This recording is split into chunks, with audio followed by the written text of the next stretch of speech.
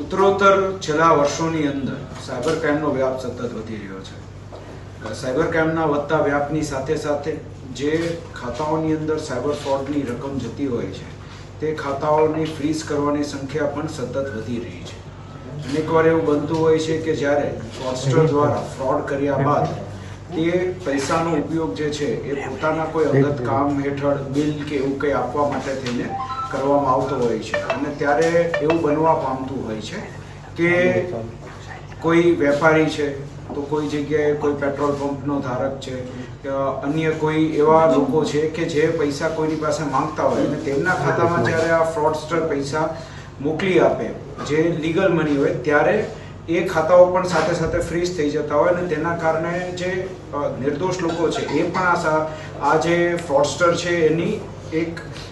જે ફ્રોડ છે તેનો વિક્ટીમ બનતો હોય છે. તો આને ધ્યાનમાં રાખીને ગુજરાત પોલીસ દ્વારા એક નવું આખી કાર્યપદ્ધતિ અપનાવવામાં આગામી દિવસોમાં આવશે કે જેની અંદર જે ખાતાઓમાં પૈસા ગયા છે તેની અંદર જે ફ્રોડની અમાઉન્ટ છે તે ફ્રોડની અમાઉન્ટને લિયન અથવા હોલ્ડ કરવામાં આવશે અને તેને બાદ કરતા અન્ય પૈસા જે છે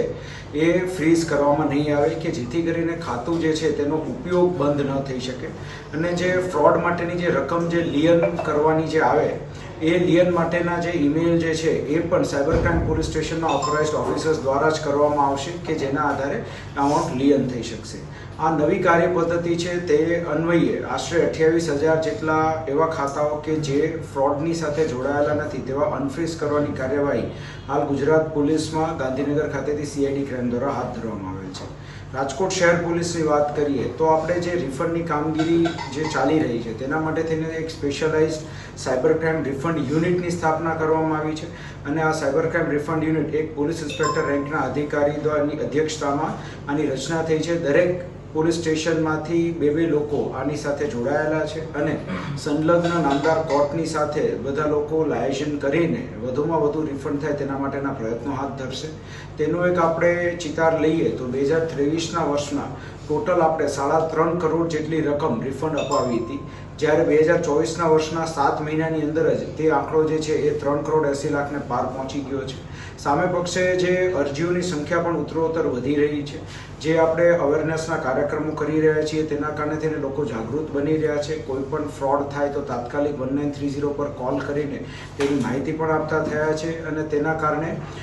જે સાયબર ફ્રોડસ્ટર્સ છે તેની ઉપર અંકુશ લાવવામાં એક અમારા લોકોને એક મદદ પણ મળી રહી છે.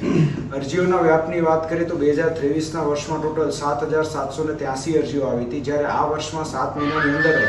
7,000થી વધુ અરજીઓ જે છે એ આપણા દ્વારા આપણે સ્વીકારવામાં આવી છે રાજકોટ શહેર પોલીસ દ્વારા.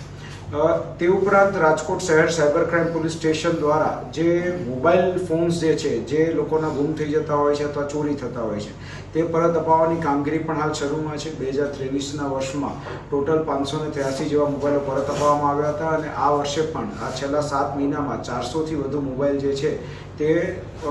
જે મોબાઈલ ધારકો છે જેને પરત આપવામાં આવ્યા છે. તેના માટે થઈને જે ઓનલાઈન CEIR કરીને સેન્ટ્રલ ગવર્મેન્ટનું એક પોર્ટલ છે તે પોર્ટલ ઉપર જે માહિતી અપલોડ કરવામાં આવે છે કોઈ પણ મોબાઈલની, તો એ અપલોડ થયા બાદ જ્યારે પણ તે મોબાઈલ એક્ટિવેટ થાય છે તો તુરંત જ એની માહિતી લો એન્ફોર્સમેન્ટ એજન્સીને મળતી હોય છે. તો આ પણ લોકો આ ફેસિલિટીનો પણ વધુમાં વધુ ઉપયોગ કરી શકે છે.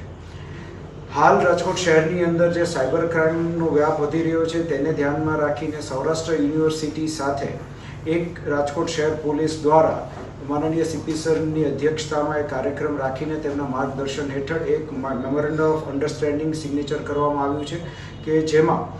એક વેલ્યુ એડેડ કોર્સ તરીકે સાયબર એજ્યુકેશનનું એક મોડ્યુલ તૈયાર કરવામાં આવ્યું છે જે ટોટલ 30 કલાકનું હશે અને 2 સેમેસ્ટરની અંદર 15 કલાક માટે થઈને સાયબર ક્રાઇમનો એક અભ્યાસક્રમ જે સાયબર ક્રાઇમ પોલીસ સ્ટેશન દ્વારા આખો બનાવવામાં આવ્યો છે, ડિઝાઇન કરવામાં આવ્યો છે, તે વિદ્યાર્થીઓને